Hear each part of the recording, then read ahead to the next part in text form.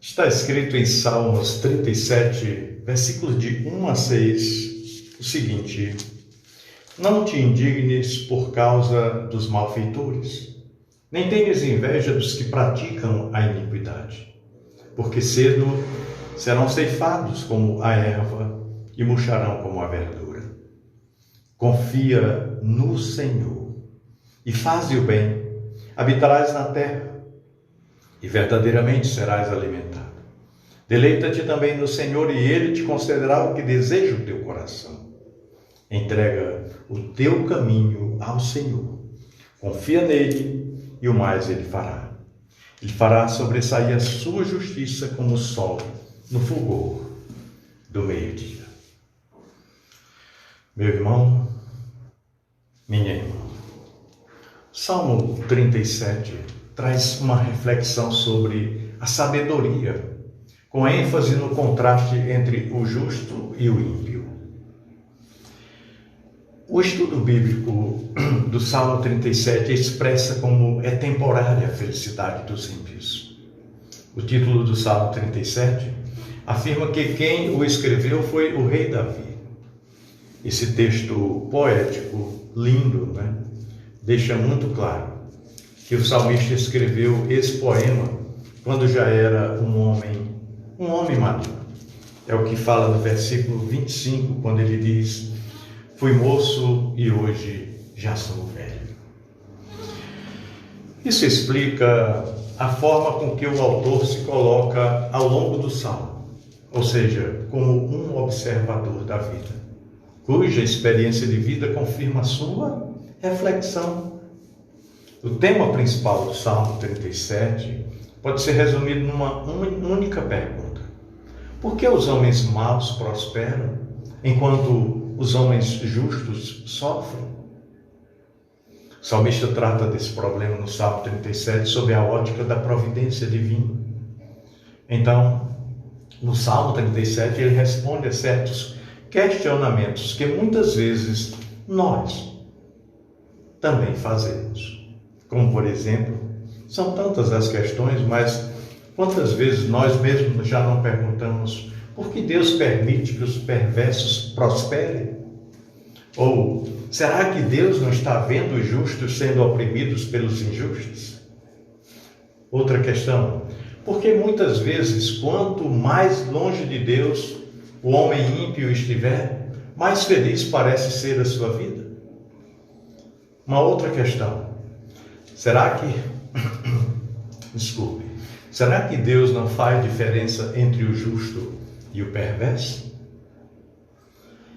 Será que realmente Deus está no controle de tudo, já que a maldade parece prevalecer? Outra questão: Deus não se importa com o que os homens fazem nesta terra? Pois é, são muitos. Se fosse aqui nomear, nós não pararíamos. Mas o Salmo 37 responde de forma extraordinária e clara uma dessas questões, sempre apontando para a soberania de Deus.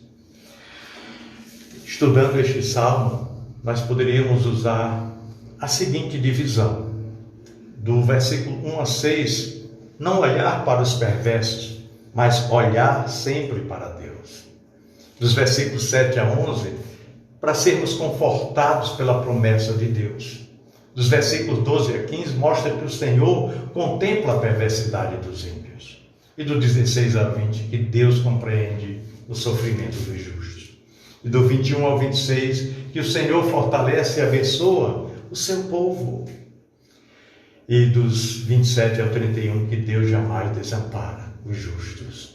E do 32 ao 34, que o Senhor é quem julga os homens maus. E do 35 a 40, mostra a transitoriedade da prosperidade dos perversos e o seu fim inevitável. Começando aqui dos versículos 1 a 6, esse texto que eu leio, ele diz: confia no Senhor e não se impressione com os perversos. Ou seja, não te indignes por causa dos malfeitores, É isso que ele fala. Porque cedo serão ceifados como a erva e murcharão como a verdura. Versículo 3: confia no Senhor e faze o bem. Habitarás na terra e verdadeiramente serás alimentado. Versículo 4: deleita-te também no Senhor e Ele te concederá o que deseja o teu coração. E o versículo 5: entrega o teu caminho ao Senhor, confia nele e o mais Ele fará. E Ele fará sobressair a tua justiça como a luz e o teu juízo como o meio-dia. Esse Salmo 37 tem como tema principal a temporária prosperidade dos ímpios. Davi, o salmista que compôs este lindo salmo, ele faz uma análise sobre a prosperidade dos perversos nessa terra. E ele admite que muitas vezes essa questão pode deixar o cristão indignado e até mesmo irritado. Por isso ele começa aqui o Salmo 37, logo no versículo 1, trazendo duas exortações muito interessantes. Ele diz: não te indignes por causa dos malfeitores, nem tenha inveja dos perversos. Asaf, no Salmo 73, demonstrou que durante um bom tempo de sua vida também teve dificuldade com essa questão. Ele admitiu que muitas vezes parece ser difícil entender o possível paradoxo da prosperidade do injusto em relação à opressão do justo. E no Salmo 37, repetidas vezes, o salmista adverte que nós não devemos nos importar com essa aparente contradição. Ao invés disso, nós devemos confiar unicamente e inteiramente no Senhor. Por isso o salmista conclama: deleita-te no Senhor e entrega o teu caminho ao Senhor. Confia nele e o mais Ele fará. Os resultados dessas ações por parte dos servos de Deus aparecem nas promessas subsequentes: e te concederá os desejos do teu coração. E o mais Ele fará. Muito bem. Alguém pode perguntar: então Deus concederá todos os desejos de seus servos? O Senhor fará tudo o que seu povo pedir? Será que é isso que o salmista está aqui dizendo? Aqui é preciso entender que essas promessas, na verdade, apontam para um clímax escatológico, ou seja, para as últimas coisas. Elas nada têm a ver com desejos e conquistas aqui nessa terra. Na verdade, essas promessas falam de uma prosperidade eterna que definitivamente significa a justificação diante de Deus. O apóstolo Paulo escreveu o seguinte sobre isso em Tito 3, versículo 7, onde ele diz: Ele o fez a fim de que, justificados por sua graça, nos tornemos seus herdeiros, tendo a esperança da vida eterna. A segunda parte deste salmo, os versículos 7 a 11, nos ajuda a entendermos o seguinte: encontre conforto em Deus. Ele diz: descansa no Senhor e espera nele. Não te indignes por causa daquele que prospera em seu caminho, por causa do homem que executa astutos intentos. Deixa a ira e abandona o furor. Não te indignes para fazer o mal. Por quê? Aí ele explica: porque os malfeitores serão desarraigados, mas aqueles que esperam no Senhor herdarão a terra. Pois ainda um pouco que o ímpio não existirá, olharás para o seu lugar e não aparecerá. Mas os mansos herdarão a terra e se deleitarão na abundância de paz. Glória a Deus por isso, né? Por vezes, o justo pode ser tentado a agir por suas próprias forças, não é mesmo? Contra os perversos. Mas o salmista apropriadamente diz: descansa no Senhor e espera nele. É o que diz o versículo 7.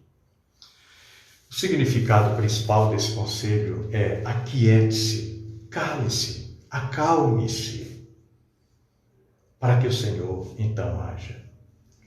Deus não precisa da nossa ajuda para executar os seus propósitos, para estabelecer os seus desígnios, para manifestar a sua justiça. Enquanto Ele age, cabe a nós descansarmos nele. Nós podemos entregar todo o nosso ser ao Senhor, confiantes de que tão logo desfrutaremos das bênçãos eternas que somente Ele pode nos dar. Enquanto os ímpios encontrarão destruição, os servos de Deus deleitarão na abundância da paz. Mas quando tudo isso acontecerá, o salmista responde: um pouco de tempo e os ímpios não mais existirão. Por mais que os procure, não serão encontrados. Não é isso que ele diz no versículo 10? Muito bem. A terceira parte aqui nesse breve estudo, os ímpios não podem se esconder de Deus. Os versículos 12 até o 15 mostram isso. Diz assim, versículo 12: o ímpio maquina contra o justo e contra ele range os seus dentes. O Senhor se rirá dele, pois vê que vem chegando o seu dia. Os ímpios puxaram da espada e entesaram o arco para derribarem o pobre e necessitado e para matarem os retos, os de reto caminho. Mas a sua espada lhes entrará no coração e os seus arcos se quebrarão. Interessante isso aqui. Esses versículos nos mostram a que ponto chega a injustiça praticada pelo ímpio em relação ao justo. Os perversos planejam contra os justos, pois eles os odeiam com todas as suas forças. Eles matam os que andam pelo reto caminho, diz o texto bíblico, e abatem os necessitados. Versículo 12 e versículo 14. Nesse ponto, o salmista se refere aos ímpios como animais selvagens, prontos a devorarem as suas presas, ou seja, o justo. Mas o salmista também explica que Deus não ignora as obras dos perversos. Quando o ímpio oprime o justo, não significa que há um descaso da parte de Deus em relação a isso. Absolutamente. Muito pelo contrário. Ele contempla tudo. A Bíblia diz que do céu o Senhor a tudo assiste. E em sua loucura o ímpio pensa que nunca se dará mal. Porém, as suas armas se voltarão contra ele próprio. E ele próprio experimentará as consequências de seus próprios pecados.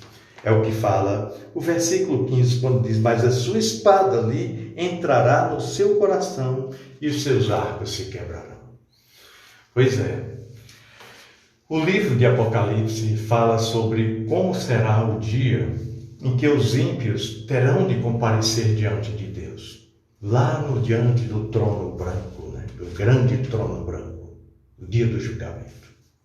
Nesse dia eles ficarão completamente aterrorizados. O livro de Apocalipse mostra o seguinte: e diziam aos montes e aos rochedos: cai sobre nós, e escondei-nos do rosto daquele que está sentado sobre o trono e da ira do Cordeiro, porque é vindo o grande dia da sua ira. E quem poderá subsistir? Isso está registrado em Apocalipse 6, versículos 16 e 17. A parte 4 desse estudo tem como tema: Deus está atento ao justo. Pois é. Ele diz a partir do versículo 16: vale mais o pouco que tem o justo do que as riquezas de muitos ímpios. Pois os braços dos ímpios se quebrarão, mas o Senhor sustenta o justo. O Senhor conhece os dias dos retos, e a sua herança permanecerá para sempre. Não serão envergonhados nos dias maus, e nos dias de fome se fartarão. Mas os ímpios perecerão, e os inimigos do Senhor serão como a gordura dos cordeiros, ou seja, desaparecerão e em fumaça se desfarão. Nesses versículos, o salmista afirma que Deus sustenta a vida do justo. Apesar das dificuldades que eles enfrentam nesta terra, Deus é quem supre todas as suas necessidades. É por isso que Davi diz que melhor é o pouco do justo que a riqueza de muitos ímpios. Versículo 16. Isso porque a riqueza do ímpio está fundamentada, na sua maioria das vezes, em suas próprias forças, mas seus braços se quebrarão, é o que diz o texto bíblico. No entanto, é o Senhor quem sustenta o justo, é o que fala o versículo 17. A forma com que Deus sustenta o justo, ela é explicada na sequência do poema. O salmista diz no versículo 18 o seguinte: o Senhor conhece os dias dos retos e a sua herança permanecerá para sempre. Muito bem. Conhecimento não significa apenas cognição ou uma simples compreensão intelectual. Deus é onisciente e conhece exaustivamente e profundamente todas as coisas. Então, quando a Bíblia diz que Deus conhece o seu povo, não há qualquer redundância, pois isso significa um relacionamento especial, um relacionamento íntimo e profundo. Ao dizer que Deus conhece os dias dos justos, o salmista está dizendo que Deus está envolvido ativamente no cuidado de suas vidas.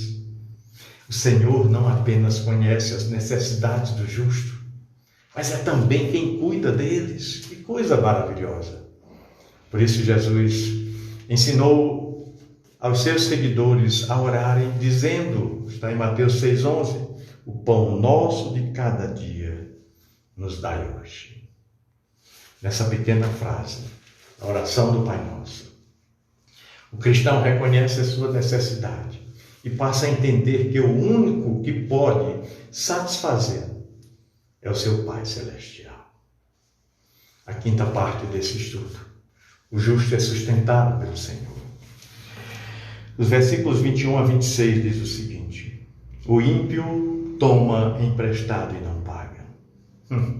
Mas o justo se compadece e dá. Porque aqueles que ele abençoa herdarão a terra, e aqueles que forem por ele amaldiçoados serão desarraigados. Os passos de um homem bom são confirmados pelo Senhor e deleita-se no seu caminho. Interessante o versículo 24.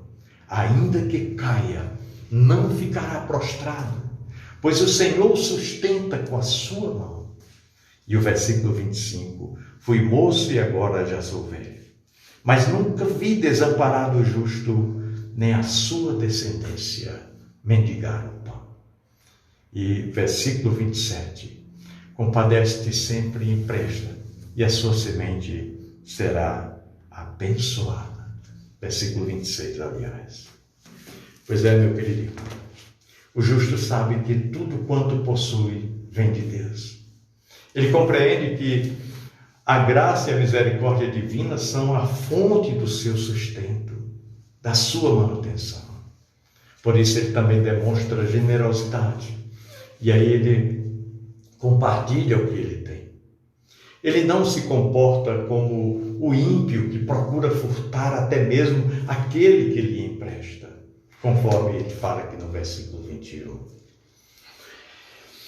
Novamente, o salmista estabelece o contraste entre o justo e o ímpio. O primeiro tem sobre si a bênção do Senhor em caráter permanente.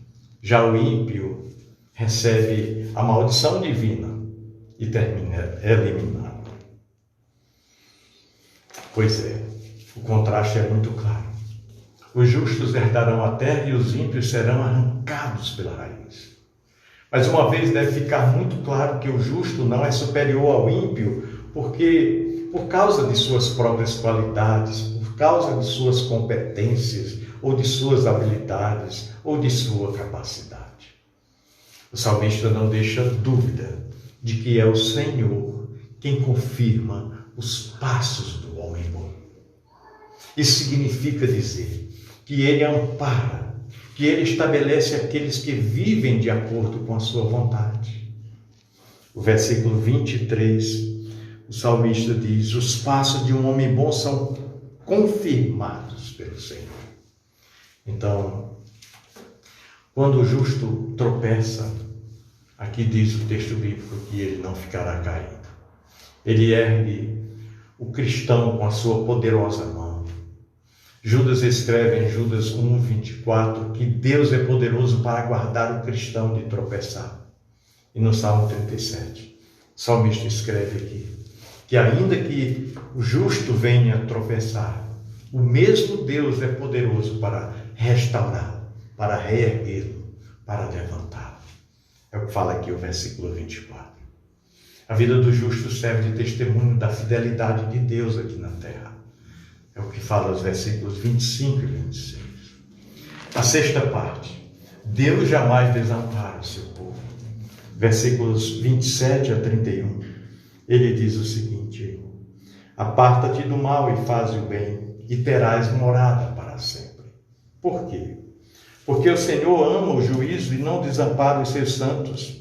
Eles são preservados para sempre, mas a descendência dos ímpios será desarraigada. Os justos herdarão a terra e habitarão nela para sempre. A boca do justo fala da sabedoria, a sua língua fala do juízo. A lei de Deus está em seu coração. Os seus passos não vacilarão, não resvalarão. Esses versículos aqui afirmam que o Senhor também capacita os seus filhos a viverem em obediência.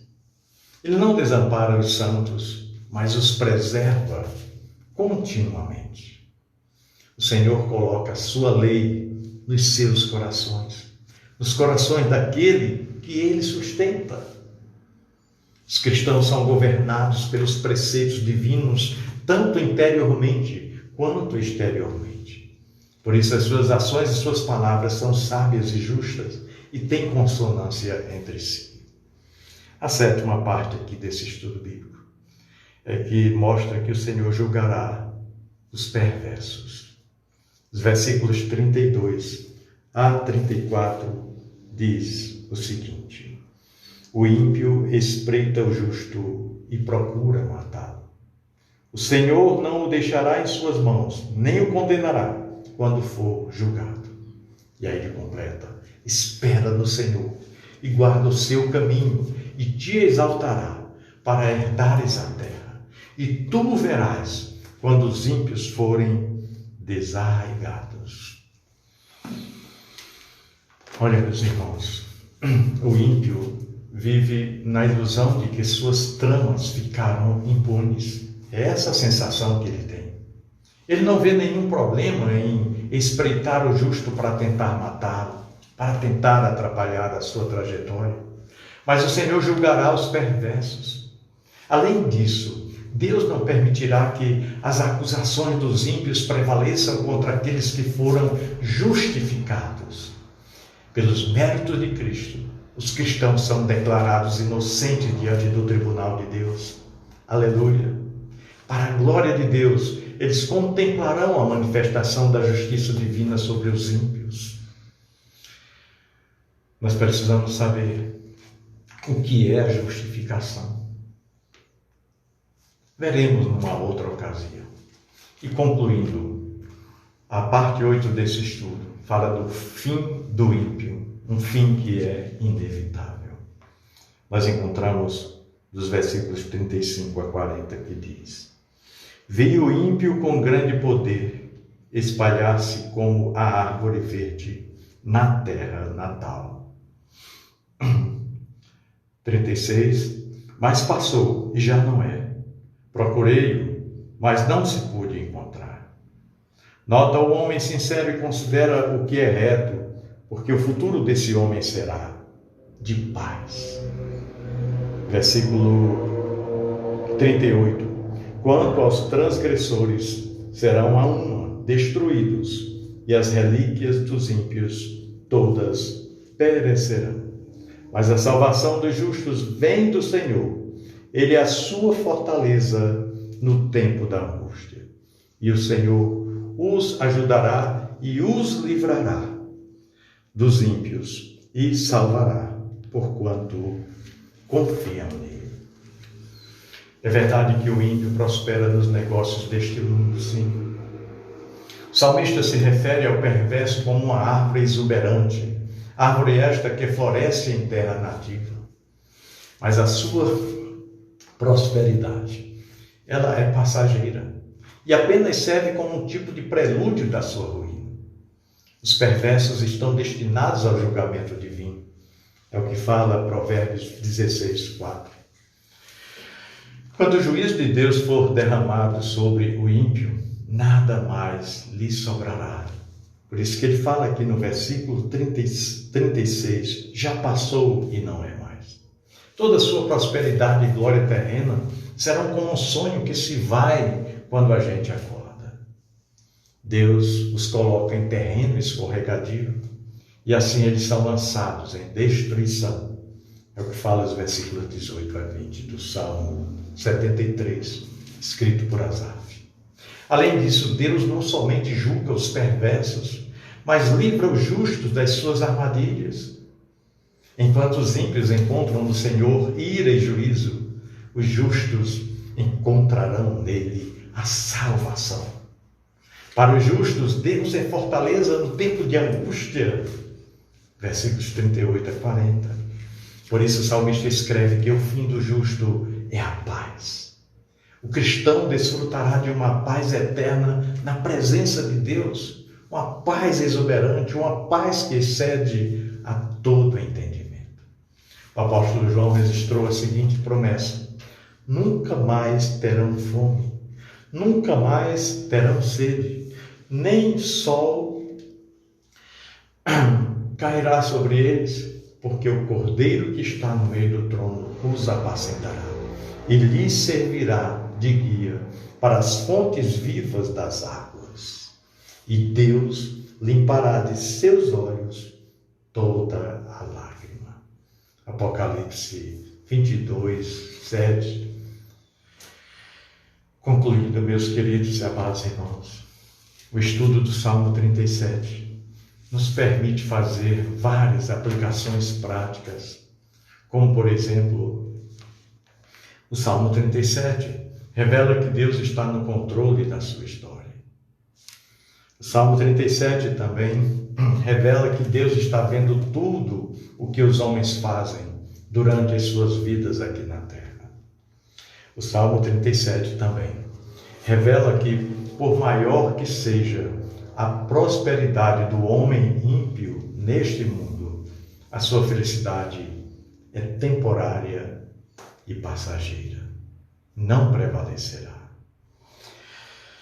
O Salmo 37 também revela que Deus pedirá conta de tudo que os homens fizerem durante as suas vidas. Aqui no Salmo 37 também encontramos que no momento oportuno Deus estenderá a sua mão e socorrerá aquele que nele confia. O justo jamais permanecerá injustiçado. O Salmo 37 também revela que os servos de Deus, ainda que perseguidos, ainda que assolados e maltratados neste mundo, eles possuem uma felicidade sem fim e são herdeiros das bênçãos eternas. Pensemos nisso, meus queridos e amados irmãos. Deus abençoe as nossas vidas. Deus guarde e proteja de todo mal as nossas famílias.